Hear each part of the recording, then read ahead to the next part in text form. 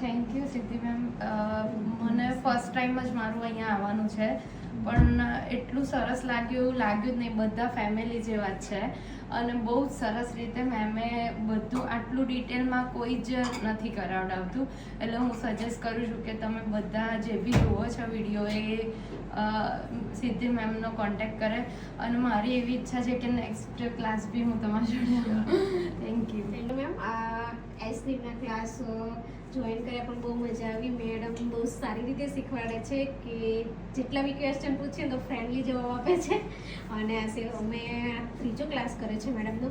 બહુ સારી રીતે શીખવાડે છે, જેવું પરફેક્ટ શીખવાડે છે ને એવું જ ઘરે આપણને આનું રિઝલ્ટ બી મળે છે. આ મારો ત્રીજો ક્લાસ છે.